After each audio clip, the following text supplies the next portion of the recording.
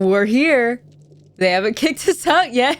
Why am I talking like I'm not allowed to be here? Anyway, sup mates, my name is Meliam and welcome to a fucking All Things Wicked chapter kind of overhaul thing. I was originally gonna wait and do like a stream compilation like I usually do, but I don't want to be spoiler free all week because like, man, the chapter hype is so good and I'm so excited and I want to know what's going on. Let's watch the new cutscene. No more chapters for you, Alan. It's wicked time. Let's go! We're in. Confidential notice for Greenville Police Department only. Ooh.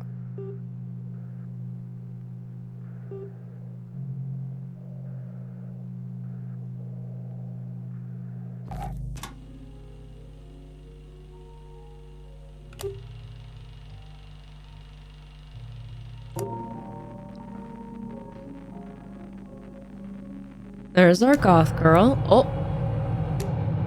Oh.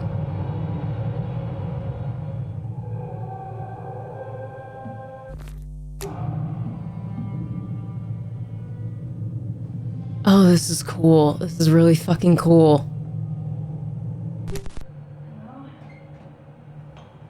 A lot of cameras, though. It's a fuck ton of cameras for all this.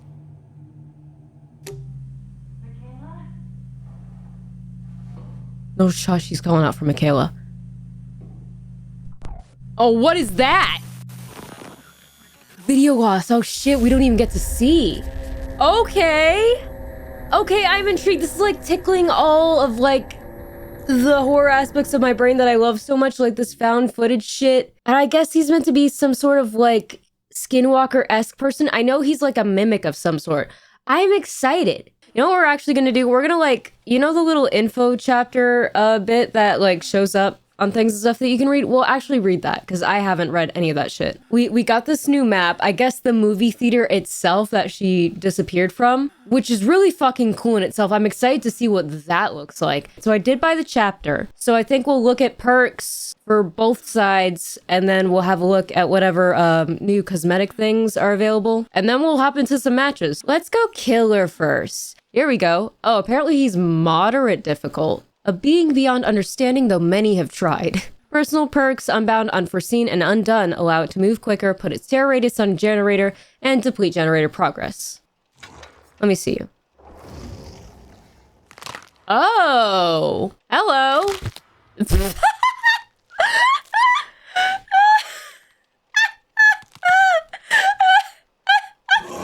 Hi, buddy! Oh my fucking god. I have no idea what he said. I was like, when he wanted it, he was so tiny over there, but he was all the way over there. And I maintain. So my friends have sent me TikToks of this guy. That tummy looks like a butt crack. He's so goofy. I don't know if I'll even get jump scared, but look at him. The arch of this back is unrivaled. This is what the alpha male looks like, everybody. Look at that big smile. He's a fucking goof. Okay, we'll read up on his power a bit. He'll do his own little thing. I can't take it. Look at him. Uvix. Some believe a specimen was recovered by the military for their experiments. The code name, Unknown Venom X. Aw, you can join Wesker with the Zooabulus. That's cute. You two will be best friends. Okay, press the power button to charge Uvix. Once ready, press the attack button to launch Uvix, a bouncing projectile which creates a blast area upon impact. So kind of like if Singularity's Schmeatballs bounced. Okay. Survivors become hindered if touched by Uvix while airborne. Survivors touching the blast area become weakened. Weakened survivors lose health states if touched by blast areas. Okay, buddy. I'm reading your shit. This is all about you. This is your little showcase. Chill out. Survivors lose weakened by successfully staring down the unknown. So it's like a 1-2 punch thing. You get weakened if you touch the blast area. So I guess you got to get blasted twice somehow. Okay, that'll be interesting. And then you got to look at him kind of like Ghostface if you want to reveal him. And special ability, hallucinations. This is the part I feel like everybody was freaking out about. So let's carry on with this. The unknown will intermittently create up to 4 hallucinations. Hallucinations cannot be created while charging Uvix, preventing interactions, or in proximity to map objects like hooks. Whenever survivors are touched by blast areas or otherwise become weakened, the next hallucination spawn time decreases by 10 seconds. Okay, but what are the hallucinations? Are they kind of like doctors, or what do they look like? The unknown can teleport to hallucinations, leaving behind a temporary decoy. Sounds like a singularity, but advanced. Survivors can remove hallucinations from the trial with the Dispel ability. Weakened survivors take longer to dispel. If Dispel is not completed, survivors become weakened and trigger Killer Instinct. Interesting. Okay. So the hallucinations are actually important to get rid of. Okay, so that's his power. We'll read your information in a sec. I want to check out your perks. We have Unbound. Pain lingers in the air, an alluring aroma that excites the impulses. This perk activates for 24 seconds after a survivor becomes injured by any means. So, you're fucked if you use Gnome either. After vaulting a window, you gain 5% haste for 10 seconds. This effect cannot stack with itself. I guess that's okay. I feel like people would pair this with Bamboozle then, because by itself it's kind of Okay, that's Unbound. Now we have Undone. Hope is the delusion that keeps its victims alive. When a survivor misses a healing or repair skill check, gain 3 tokens, up to 18. And bear in mind, this is all like tier 1. So this is like at a base level. I'm assuming these numbers eventually go up. When you perform the break action on a generator, if you have any tokens, consume all of them. Jesus. For each token consumed, the generator loses 1% total progress and then becomes blocked for 1 second. Then once the generator is unblocked, it starts regressing. This perk goes on cooldown for 60 seconds. I guess this encourages like killers to like hold their break action so that they can do more damage. That's interesting. Okay. And Unforeseen is the last one. Terror takes many forms and whispers devastating lies in its victims' ears. When you perform the break action on a generator, your terror radius transfers to the generator for 22 seconds and its radius is set to 32 meters. You gain undetectable for that duration. Ooh. Then this perk goes on cooldown for 30 seconds. You can get 30! So you gain 30 tokens, you can whack off at up to 30% progress, and then block the gen for a second. So watch everybody pair this shit with like Pop or something. I feel like this one's gonna get used the most, I feel like. Oh, your lore's over here. Okay, now let's actually read about Da Boy. Here we go. Character info, the unknown. And apparently he's moderate difficulty. Oh, I could have read the perks from here. I'm stupid. He's kind of slow. That's like Huntress speed when she's holding up the hatchets. All right, here's the background info. And again, if you want to skip this and go straight into like gameplay stuff, feel free to click around. I just like reading this because I think it's cool. Olivia's master's thesis was on urban legends and their origins. She believed they shared similarities with traditional folklore and picked one to illustrate her point. The unknown was believed to be a mysterious evil so heinous that investigating it almost immediately invited death. Good job, Sable. At least that was how the story went. And there were many stories. One story was of a woman in Greenville who disappeared without a trace on a stage in front of a room full of witnesses. Her friend disappeared weeks later while trying to investigate what happened. Oh, you know what? That's probably Michaela performing a show or something, and then that's Sable disappearing after. The police were stumped. They had no clues or leads, and that mystery created the perfect storm for amplifying and spreading an urban legend. Instead of going back home for spring break, Olivia headed to Greenville to investigate. She drove to the second cheapest motel in town and began to set up in a small room that smelled of cigarette smoke, mold, and booze. She turned one wall into a kind of evidence board. She taped up articles and various theories on similar disappearances attributed to the unknown throughout the country. She made connections with Red String and Yellow Thumbtacks. Anyone walking into the motel room would think she had lost her mind. There were many theories as to the unknown's origin. Some said it was a malevolent entity conjured long ago by an ancient cult. Others believed it to be an alien that escaped from Area 51. Legend was it thrived in darkness and stole the voices of those it consumed so as to lure others to their doom. So, again, like some kind of mimic. Surprised they're referencing Area 51. I feel like that hype was like ages ago. The first newspaper articles Olivia found referenced the disappearance at a seance held in the 1800s. In the late 1950s, several college students mysteriously disappeared from a movie theater. Witnesses saw them go inside. Some remembered seeing them in their seats, but when the lights came up, they were gone. No one saw them leave. No trace of them was ever found. A projectionist claimed to have heard voices in the empty darkness of the theater later that night. But when he turned on the lights, no one was there. Then, in the 1960s, a group of teens disappeared while exploring an abandoned hospital believed to be haunted. Stories and speculation arose to explain these mystifying disappearances. Some talked about a top-secret government research program run by the Office of Strategic Services in the 1950s. Project Apple Pie. Mind control experiments using hallucinogenic drugs. Ooh. Most of the records were destroyed in the 70s, but witnesses claim that the experiments were performed on unsuspecting civilians in various settings and locations throughout the country, including movie theaters, hospitals, and universities. Many believe these unethical experiments opened doorways to other dimensions, which allowed evil things to enter the world. Olivia wrote observations to pin to her evidence board. The unknown dwells in darkness and can mimic its victims. Was it an evil entity? An extraterrestrial? A failed government experiment? or just a garden variety serial killer allergic to publicity.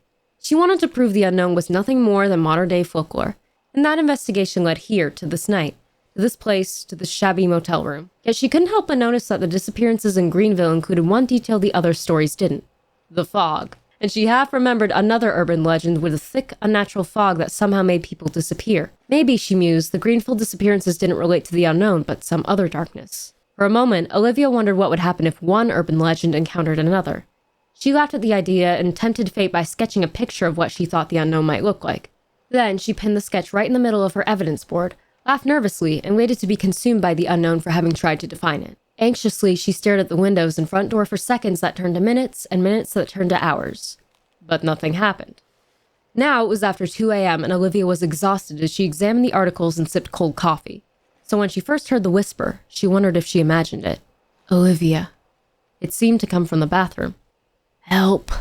The lights in the room flickered. Who's there? Olivia stared with wide eyes at the closed door of the bathroom.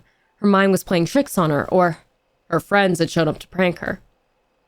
Ariella? Sean? Stop messing around. The lights continued to flicker as she edged closer to the bathroom. Fear spread in long waves through her. A terrible realization bloomed within her that the unknown was behind the bathroom door, was preparing to make her pay for her hubris. Something began to whisper her name again. But then the voice rose, cracked, and distorted in sudden panic, as if the brooding creature behind the door were under attack. An unknown horror filled Olivia's heart and left room for nothing else. She breathed deeply as cold sweat beaded on her forehead. She placed her hand on the doorknob. The lights turned off, but she could still hear the strangely inhuman cries.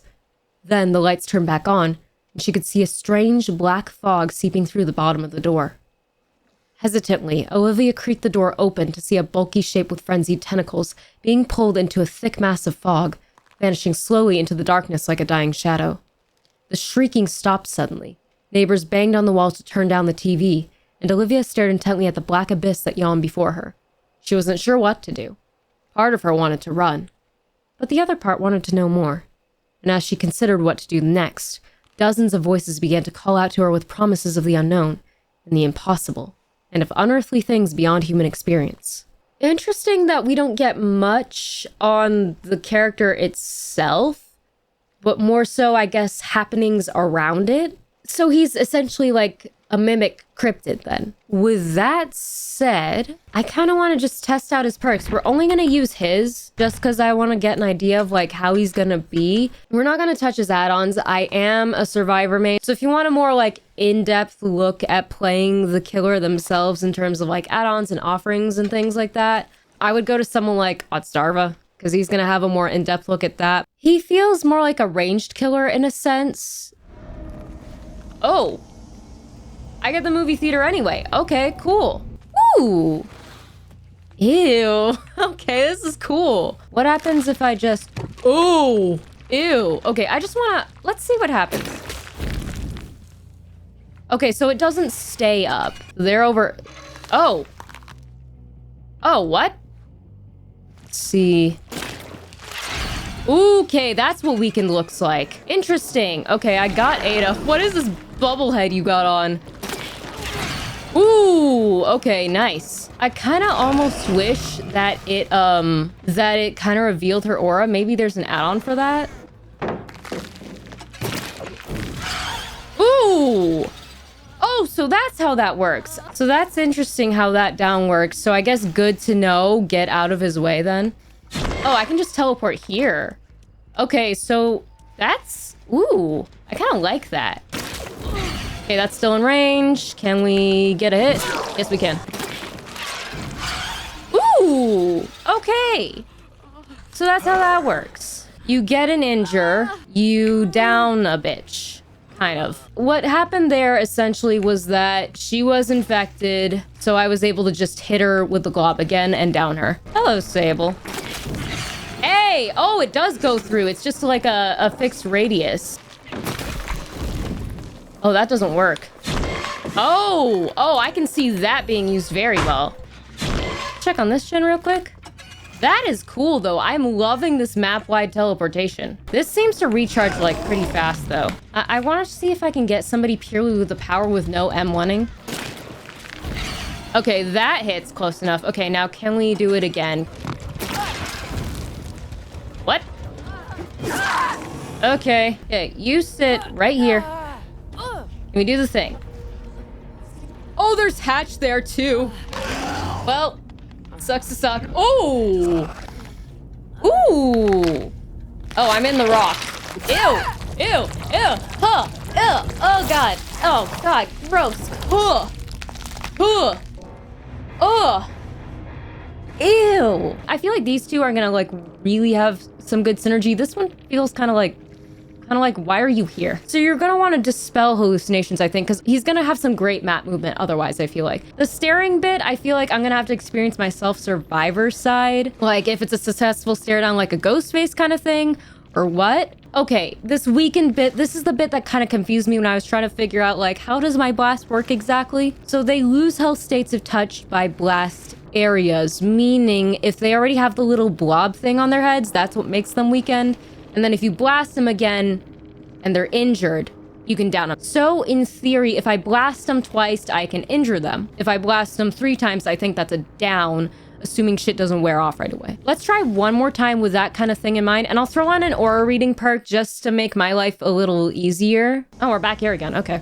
Sable, please. Please, I just want to try some stuff. I'm experimenting. I'm experimenting. It doesn't seem to slow me down when I'm charging it. Yeah, because you're like a mile behind, but you hit him with that. Actually, you know what? Let's Mori Sable. He's a star of this show. Go over here. Yeah, open your gate. I want to do a thing. All right, the woman of the hour. Yeah, look into my eyes.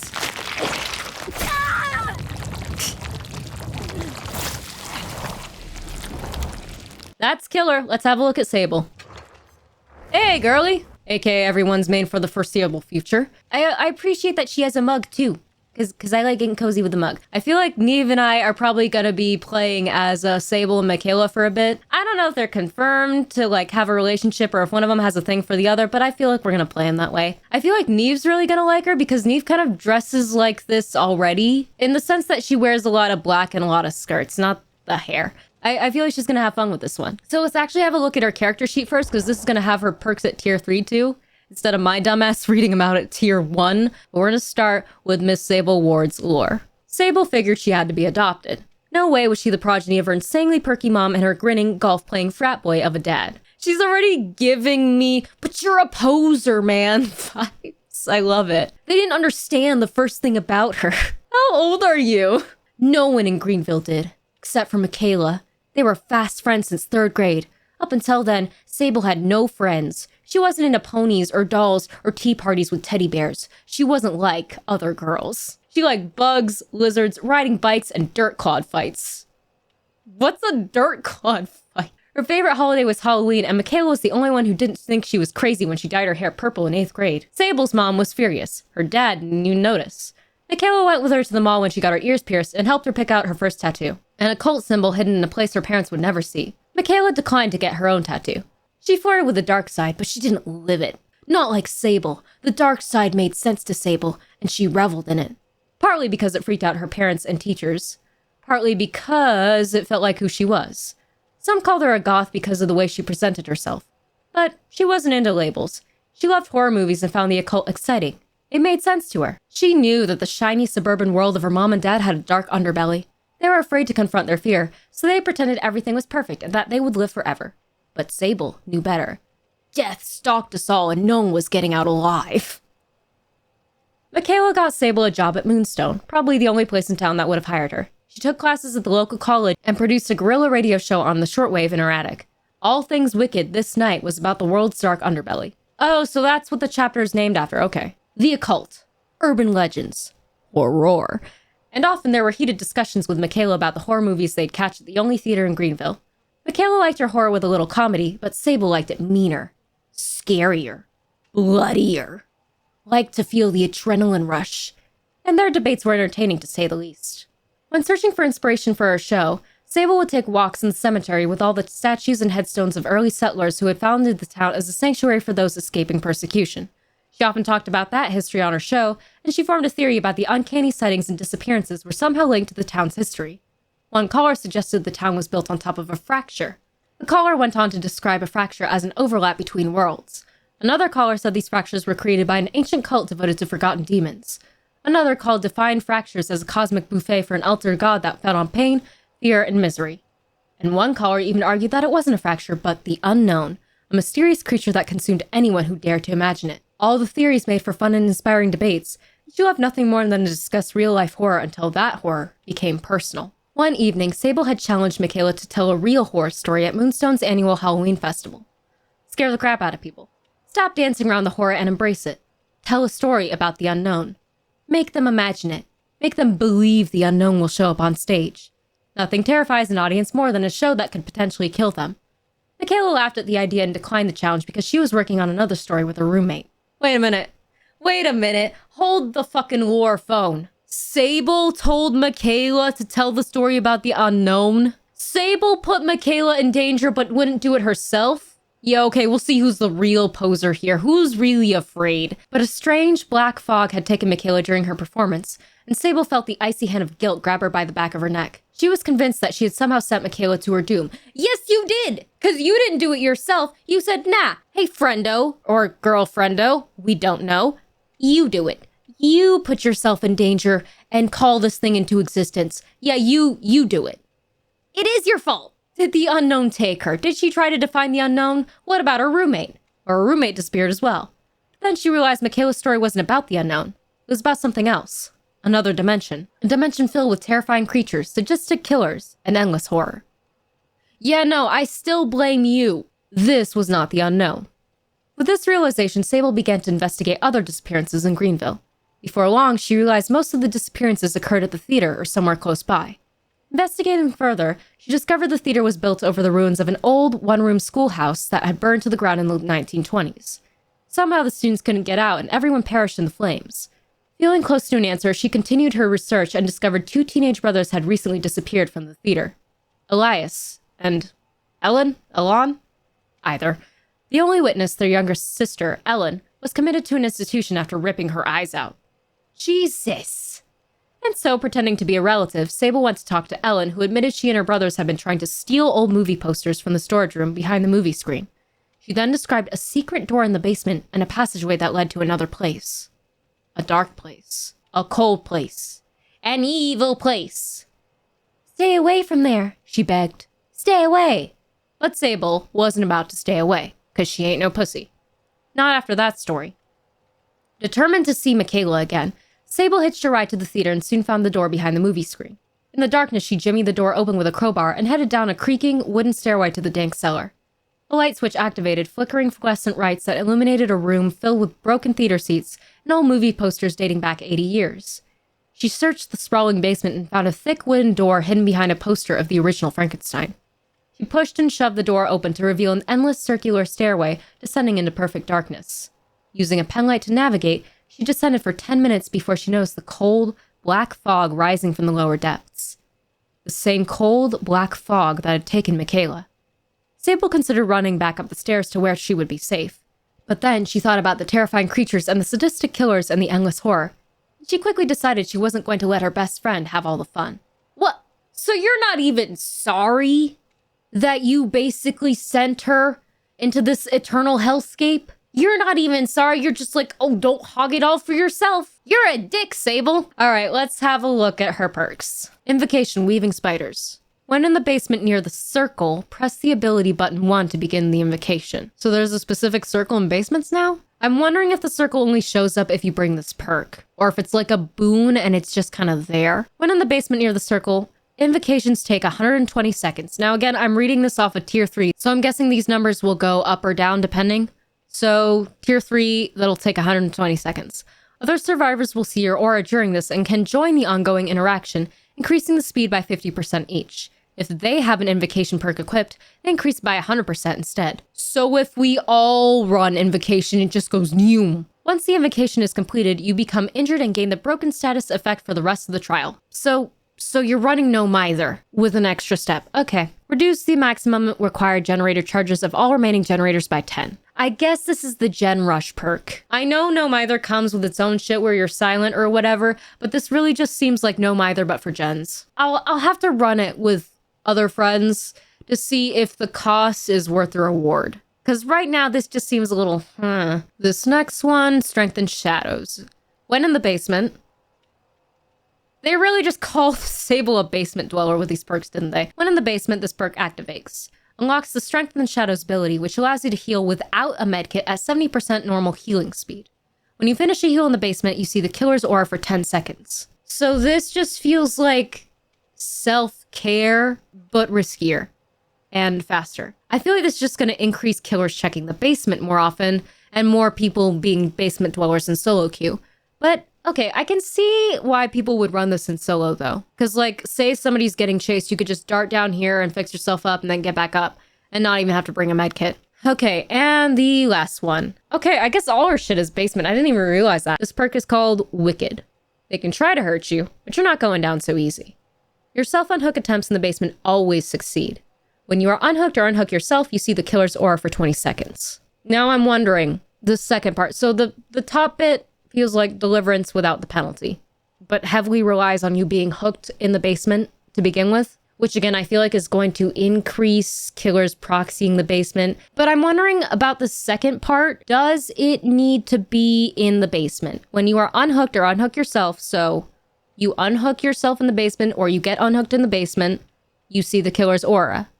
Does this bit apply if you are unhooked or unhook yourself on a surface hook? Knowing where the killer is generally a good idea. That's why I feel like wiretap has come in clutch a couple of times, like looping wise. Like if the gen is like in a loop that you're messing with the killer in, that's been pretty good. So I'm wondering if the second half only applies to basement hooks or if it can be applied to any other hook. So these survivor matches will be coming towards the end of the video when my Swift is actually around and we could experiment with things and stuff. But for right now, let's have a look at the collection, because come on. Part of the fun with DBD is dressing up in cool shit. We're already in Sable shot anyway, so might as well. Ooh, that is a lot for you already, lady. All right, so it looks like we get some recolors of her first outfit. I'm liking this red one already. I could see why a lot of people would play her purely for the aesthetics, because look at that. Then we comes in black and kind of purple here. I don't know why you didn't go full purple with it, but I can't complain too much. And then it looks like we get a green one. And it smelled girl, rose-tinted girl, rebel girl, midnight girl, and forest girl. And we have Vicious Splendor as our first actual proper full set. Not bad. I like that they committed more to the purple here. This is cute. I feel like all our lobbies are going to be full of her purely because of her fits. This is Fierce Splendor, so this is this, but I guess in a more darker set. And then Defiant Splendor, which I don't know what the color pattern's supposed to be here. She kind of looks like she works at the movie theater in this outfit. Sorry, Sable, but you do. This one, however, and I say this because I am a pants girly. I don't really do the skirt thing. So I'd probably rock something like this more often. Ooh, I like the fluffy hair. I may be rocking one of these fits, not gonna lie. This is looking pretty cool. And then it looks like we've got some recolors. So we have Poison Angel. We have Drowned Angel.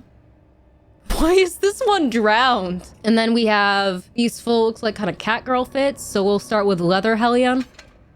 Ooh, this is also nice. Oh, there's so many good options. Oh, and it looks like you can like mix and match them too. Oh, this is fun. And I guess you get the same thing in red, so Leather Firebrand. So I may be rocking this, or I may be rocking this. Now let's have a look at the Unknown. I think he only has one. Why is the twins disabled? All right, that's not what we're here for. Ooh, you have a lot more than I was expecting. I only saw like this one advertised, but we'll look at that one last. So these base ones, I guess the standard like recolor shit really looks like he rolled in a pile of shit for this one. This one's if you want him to be more like a blue boy. This one's if you want to make him goth and match Sable. And this one screams hillbilly. I don't know why. Oh, never mind. No, this one does. It's kind of cute. This kind of reminds me of Canada. Government conspiracy. You got this cute little stripe number. He's got some cute fits too. I don't think we have many killers repping crop tops, so good for him. Oh. You ever want to make your Unknown a redhead? Oh, these are cute. I know they're meant to be mimicking the dead likely, but look. Oh, he's so pretty. You are rocking those heels, my friend. And then I guess you get this, but in pink. I'm sorry, but if this is chasing me later today, I'm gonna lose my shit. All right, and the advertised thing, Eyeless Woman. Oh, Okay, you're a little less cute here. I like this top on you, though. This is my favorite. Head empty, no thoughts whatsoever. That's gonna be it for all the shit that I can test out, like, by myself. So, without further ado, here be the Survivor matches that I managed to get from today.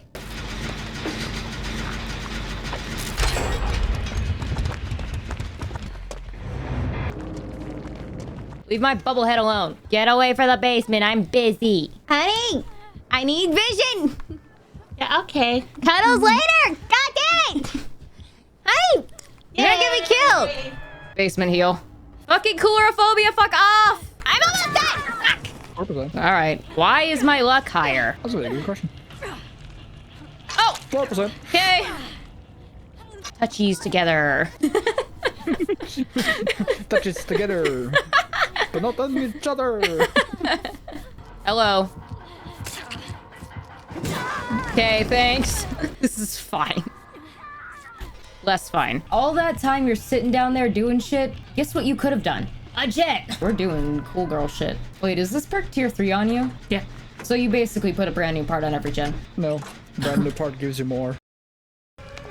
No teleport for you, ho. Arcade and the claw. A pallet. No, I will resist. Where's the opening? Where's the hole? Coming back. Yeah. Yep, run. Sable really said, let me just have perks that waste time. Like, you're gonna die. No, I'm fine. But, yeah? Hello. Oh. Alright.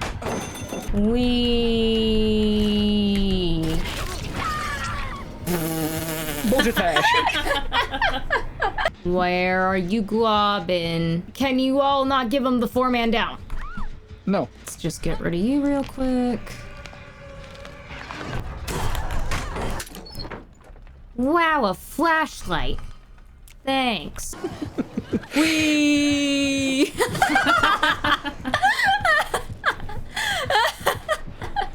What? What you gonna do now? It's so oh, bald. you're bald. You really need the wig, don't you? This is what I like to call menopause, the prequel. Why am I blanking on this? Whoops. Why are you running into me? I didn't know. Hello. Yes?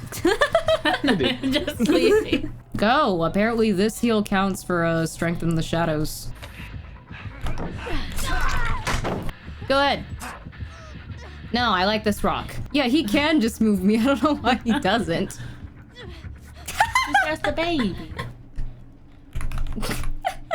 If he comes back, I will simply go to the rock again. Because the rock is my friend. Hello. Uh-oh.